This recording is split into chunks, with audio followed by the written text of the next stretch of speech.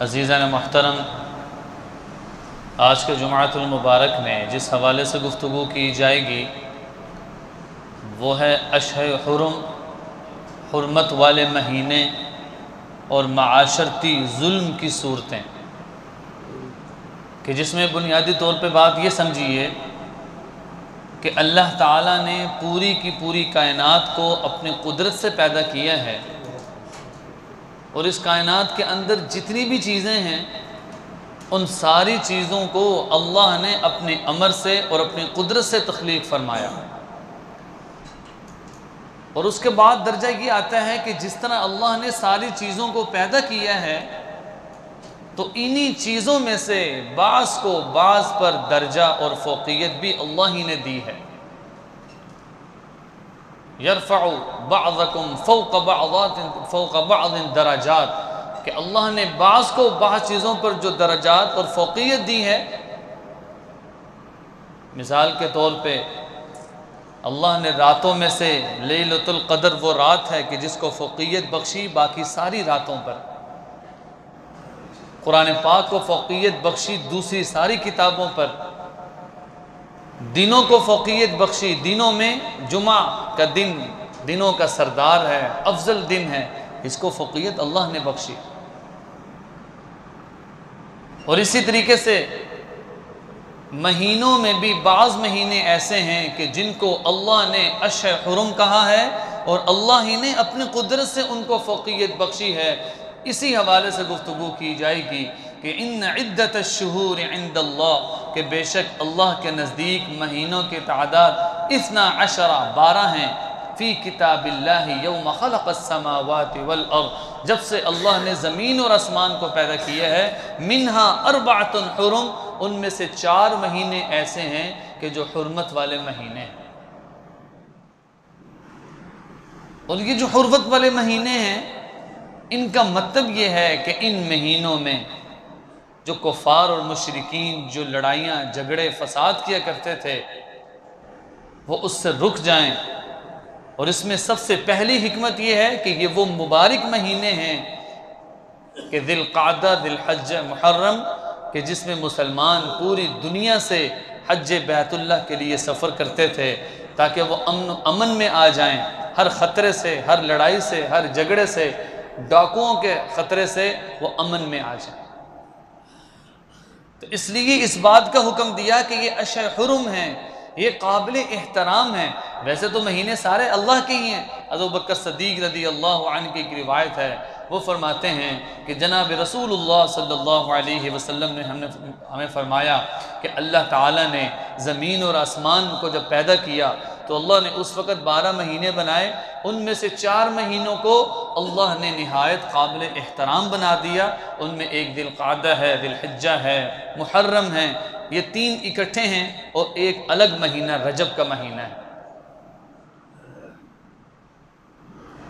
اب سوال یہ ذہن میں آتا ہے کہ یہ قابل احترام کیوں ہیں، ان کو حرمت والا کیوں کہا جاتا ہے، کہ ان کے ادب اور احترام کرنے ہیں۔ ان میں سب سے پہلی وجہ یہ ہے کہ یہ صرف اسلام میں نہیں بلکہ اسلام سے پہلے بھی جب لڑائیاں سال ہا سال جاری رہتی تھیں تو اس وقت جب یہ مہینے آتے تو یہ آپس میں اپنی لڑائی اور جھگڑے کو چھوڑ دیتے۔ اور اس کے پیچھے جو حکمت کار فرما ہے وہ یہ ہے کہ ان مہینوں میں ممکن ہے وہ جب لڑائی روکیں ان کی آپس میں صلح ہو جائے، اس طرح وہ لڑائی سے، جنگ و جدال سے، جھگڑے سے بچ سکیں۔ اور دوسری حکمت یہ ہے کہ جب مسلمان اللہ کے گھر کی زیارت کے لیے حج بیت اللہ کی نیت سے نکلیں، اس وقت چونکہ قافلے دور دراز سے پیدل سفر کرتے تھے تو یہ لوگ ہر قسم کے خطرے سے محفوظ ہو جائیں اور ہر قسم کی چوری ڈکیتی سے محفوظ ہو جائیں، ان کا مال اور ان کی جان محفوظ ہو جائے۔ اس لیے فرمایا کہ یہ حرمت کے مہینے ہیں۔ خود جناب رسول اللہ صلی اللہ علیہ وسلم نے بھی اس میں سفر کیے اور ان کو حرمت والا کہا کہ اللہ کی نظر میں یہ قابل احترام ہیں۔ عام دنوں میں جب کوئی آدمی گناہ کی نیت کرے تو فرشتے اس گناہ کو نہیں لکھتے، بلکہ جو حرمت والے مہینے میں ہیں جب آدمی کسی گناہ کی نیت بھی کر لے تو اللہ اس کی گناہ کی نیت پر بھی اس کو گناہ عطا فرمائے، اللہ اس کو گناہ دیں گے۔ آتا نا نیکی کی نیت کرو، فرشتے نیکی کا ثواب لکھ دیتے ہیں، لیکن جب گناہ کی نیت کرتا ہے تو فرشتے رک جاتے ہیں جب تک یہ گناہ کا مرتکب نہیں ہوتا۔ لیکن ان حرمت والے مہینوں میں اگر اس نے گناہ کی نیت بھی کر لی، اس کو پھر بھی گناہ نہیں۔ تو یہ ذی القعدہ کا مہینہ ہے، اس سے مراد کیا ہے؟ بیٹھ جانا، اور اس میں جو مشرکین اور جو کفار تھے، مشرکین مکہ اور کفار تھے، وہ اپنے آپ کو روک لیتے تھے ہر قسم کی غیر مناسب حرکت سے۔ تو اس میں سب سے بڑا سوال یہ ہے، کیا اس زمانے میں تو یہ لڑائی جھگڑے فساد گناہوں سے بچتے تھے، اور آج بھی یہ وہی قابل احترام مہینے ہیں؟ کیا ان مہینوں کا احترام کرتے ہوئے لڑائی جھگڑا فساد اور معاشرتی جو ظلم کی صورتیں ہیں، کیا ہم اپنے آپ کو ان سے روک پاتے ہیں؟ وہ کافر ہوتے ہوئے، اسلام کے دشمن ہوتے ہوئے اپنے آپ کو روک لیتے تھے ہر قسم کی لڑائی اور فساد سے، کیا آج کل رکا جا رہا ہے؟ تو عزیز محترم، دوسرا درجہ معاشرتی ظلم کس کو کہتے ہیں؟ ظلم کا لغوی معنی ہے اندھیرا، اور اس سے مراد کیا ہے؟ ہر وہ کام کہ جو اللہ کی نافرمانی کے زمرے میں آئے وہ ظلم ہے۔ یہاں تک کہ فرمایا کہ اللہ نے خود ظلم کو حرام قرار دیا، اور لوگوں میں بھی آپس میں، ابن عباس رضی اللہ عنہ کی روایت ہے کہ اللہ تعالیٰ نے اپنے لیے بھی ظلم کو حرام قرار دیا، اور اس بات کو بھی حرام قرار دیا کہ لوگ ایک دوسرے کے ساتھ زیادتی کریں، ظلم کریں، میں کہ یہ بھی اللہ نے اس بات کو حرام کیا۔ اور ایک اور روایت ہے، الظلم ظلمات یوم القیامہ، ظلم قیامت والے دن ایک اندھیرے کی شکل میں ہوگا، اندھیرے کی شکل میں ہوگا جو اس کے پیچھے لگا۔ تو اس لیے یہ جو حرمت والے مہینے ہیں، خاص طور پہ جہاں بہت سارے گناہوں کی یہاں پر روکا گیا، حضرت عائشہ صدیقہ رضی اللہ عنہا کی بھی ایک روایت ہے جس میں وہ یہ فرماتی ہیں کہ اللہ تعالیٰ اس ماہ مبارک میں، یہ جو حرمت والے مہینے ہیں، ان میں کوئی آدمی گناہ کرتا ہے، اللہ اس کو زیادہ گناہ دیتے ہیں۔ تو اس لیے جس طرح عام حالت میں آدمی اپنے آپ کو گناہوں سے بچاتا ہے، تو ان حرمت والے مہینوں میں خاص طور پر اپنے آپ کو وہ گناہوں سے بچائے۔ اور جب اپنے آپ کو گناہوں سے بچائے گا تو اس کا فائدہ یہ ہوگا، اللہ اس کے دل میں ایمان اور ایمان کی طاقت پیدا فرمائیں گے کہ جس کی برکت سے ہر قسم کے گناہ سے اور ہر قسم کی ظلمت کے کاموں سے یہ اپنے آپ کو بچا لے گا۔ لہٰذا بہت ساری روایات میں ظلم کی حرمت اور اس کی مذمت کو بیان کیا گیا ہے۔ اللہ رب العزت نے سب سے بڑا ظلم جو شرک ہے اس کو قرآن پاک میں فرمایا، ان اللہ لا یغفر ان یشرک بہ، اللہ رب العزت شرک کو معاف نہیں کریں گے، ویغفر ما دون ذلک لمن یشاء، اس کے علاوہ جس گناہ کو چاہیں گے معاف فرمائیں۔ وہ ہے کہ جب ظلم کی بات آتی ہے کہ کسی پر زیادتی کرنا، کسی کے ساتھ بد اخلاقی کرنا، آگے ظلم کی اقسام کو بیان کروں گا، تو اس میں بنیاد سب سے کیا ہے کہ حقوق اللہ کے معاملے میں ظلم کرنا، کہ اللہ کے ساتھ کسی کو شریک ٹھہرانا، اور جتنے بھی مقدسات ہیں ان کی بے حرمتی کرنا، یہ سارے کے سارے وہ چیزیں ہیں کہ جو ظلم کی پہلی شکل ہے،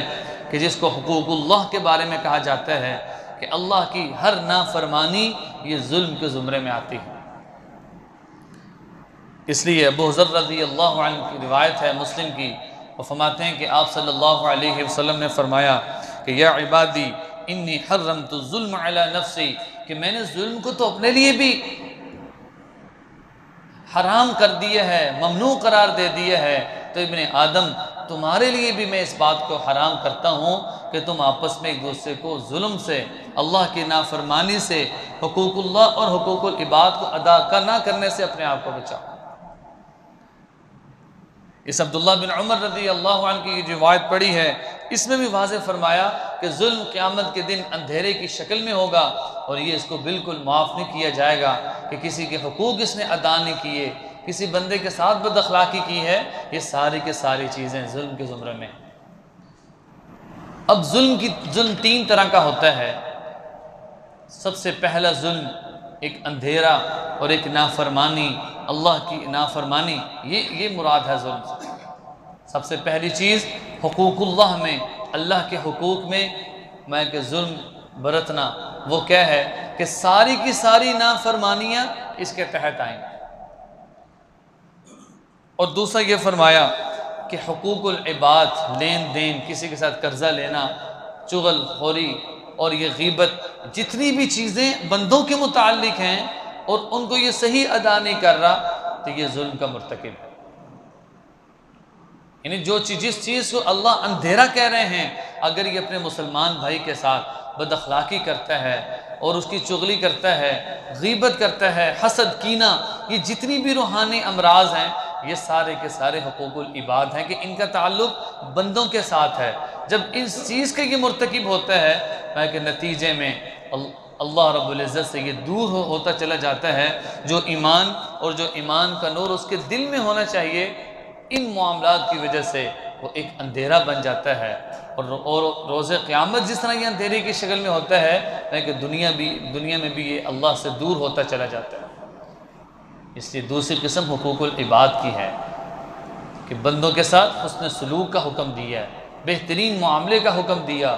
جہاں پر حقوق اللہ ہیں وہیں پر حقوق العباد بھی ہیں، اللہ کے بھی حقوق کو پورا کرے اور جو اللہ کے بندے ہیں ان کے ساتھ جو اس کے معاملات اور لین دین ہیں اس کو بھی یہ پورا کرے، کہ یہ پھر چیز اس کو اللہ کا قرب عطا کرے گی۔ اور تیسری چیز کیا ہے کہ اپنے نفس پر ظلم، اپنے نفس کے ساتھ ظلم کیا ہے؟ گناہ کرنا، نفسانی خواہشات کو پورا کرنا، حرام کمانا، یہ وہ چیزیں ہیں جو خود اس کے متعلق ہیں۔ جب ان کا مرتکب ہوتا ہے تو یہ اپنے آپ پر زیادتی کر رہا ہے کہ گناہ کا مرتکب ہو رہا ہے، اپنی خواہش ناجائز جگہ پوری کر رہا ہے، ان ساری چیزوں بد کلامی ہے، جھوٹ بولنا ہے، یہ سارا اس کے ساتھ تعلق ہے۔ اس لیے یہ جو معاشرتی ظلم کی صورتیں ہیں مختلف، ان ساری صورتوں سے اپنے آپ کو بچانا یہ بہت ضروری ہے۔ سو لہٰذا انبیاء علیہ السلام نے بھی اپنی قوم کو اس سے منع کیا۔ حضرت شعیب علیہ السلام قالوا یا شعیب اصلاتک تأمرک ان نترک ما یعبد آباؤنا، شعیب علیہ السلام نے اپنی قوم کو دعوت دی، لیکن اس کے بدلے میں قوم کیا کہہ رہی ہے؟ اصلاتک تأمرک، کیا تو ہمیں نماز کا حکم دیتا ہے؟ ان نترک، اس بات سے کہ ہم اپنے آباء و اجداد کے دین سے ہٹ جائیں۔ ابراہیم علیہ السلام کا ذکر ہے، وَاذْكُرْ فِي الْكِتَابِ إِبْرَاهِيمَ إِنَّهُ كَانَ صِدِّيقًا نَبِيًّا، انہوں نے بھی اپنے باپ کو، اپنی قوم کو اس بات کو سمجھایا کہ جب آدمی بت پرستی کرتا ہے تو یہ اللہ کی طرف سے اندھیرے میں ہے، یہ شرک ہے، نافرمانی ہے۔ إِنَّهُ كَانَ صِدِّيقًا نَبِيًّا إِذْ قَالَ لِأَبِيهِ يَا أَبَتِ لِمَ تَعْبُدُ مَا لَا يَسْمَعُ وَلَا يُبْصِرُ وَلَا يُغْنِي عَنْكَ شَيْئًا، جو نہ دیکھ سکتا ہے نہ سن سکتا ہے، اس کی کیسے عبادت کی جا سکتی ہے؟ اور پھر ایک اور بات کی طرف اشارہ کیا، یا ابت لا تعبد الشیطان، اے بجن شیطان کی پیروی نہ کرو، اس لیے کہ خود قرآن نے فیصلہ کیا انہ لکم عدو مبین، کہ وہ تمہارا گولا دشمن ہے۔ اب یہ خواہشات کا، گناہوں کی طرف ابھارنا، یہ جب انسان اللہ کی اطاعت اور آپ صلی اللہ علیہ وسلم کی سنت طریقوں سے دور ہوگا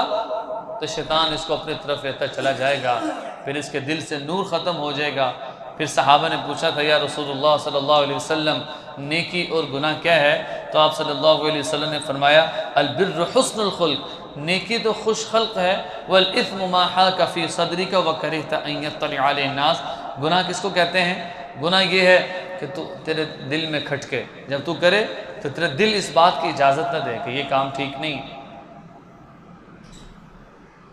اس لیے آپ صلی اللہ علیہ وسلم نے صحابہ رضوان اللہ اجمعین سے ایک مرتبہ پوچھا کہ آپ جانتے ہو میری امت کا مفلس کون ہے؟ صحابہ نے عرض کیا رسول اللہ بتا دیجئے کہ اس امت کا مفلس ترین شخص کون ہے؟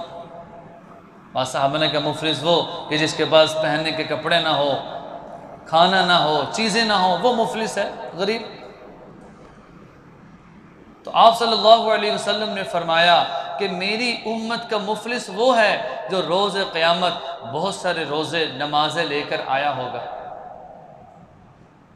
لیکن کسی کے ساتھ اس نے معاملہ صحیح نہیں کیا ہوگا، کسی کی غیبت کی ہوگی، کسی کے ساتھ حسد کیا ہوگا، لین دین ٹھیک نہیں ہوگا تو روز قیامت اللہ تعالیٰ اس کی نیکیاں اس کو عطا کر دیں گے۔ یہ مفلس ترین شخص ہے میری امت کا، نیکیاں جب اس کے ذمہ اس کے اوپر ڈال دیں گے، جب اس کی نیکیاں ختم ہو گئیں تو پھر اس شخص کے کہ جس کے ساتھ اس نے برا کیا، اس کی غیبت کی، اس کے ساتھ حسد کیا، معاملات ٹھیک نہیں کیے، میں کہ نتیجے میں کیا ہوگا کہ اس شخص کے گناہ اس کے سر پر ڈال دیے جائیں گے۔ اب یہ پچھتائے گا اس نے نمازیں بھی پڑھی ہیں، حج بھی کیے ہیں، روزے بھی رکھے ہیں۔ جب یہ سارا کچھ کر لے اور پھر لوگوں کے حقوق کو ادا نہ کرے، میں کہ یہ شخص مفلس ہے۔ اس کی وجہ کیا ہے کہ یہ اللہ کے حقوق کو تو پورا کر رہا ہے، لیکن حقوق العباد جس طریقے سے ادا کرنے چاہیے، حقوق العباد کو یہ ادا نہیں کر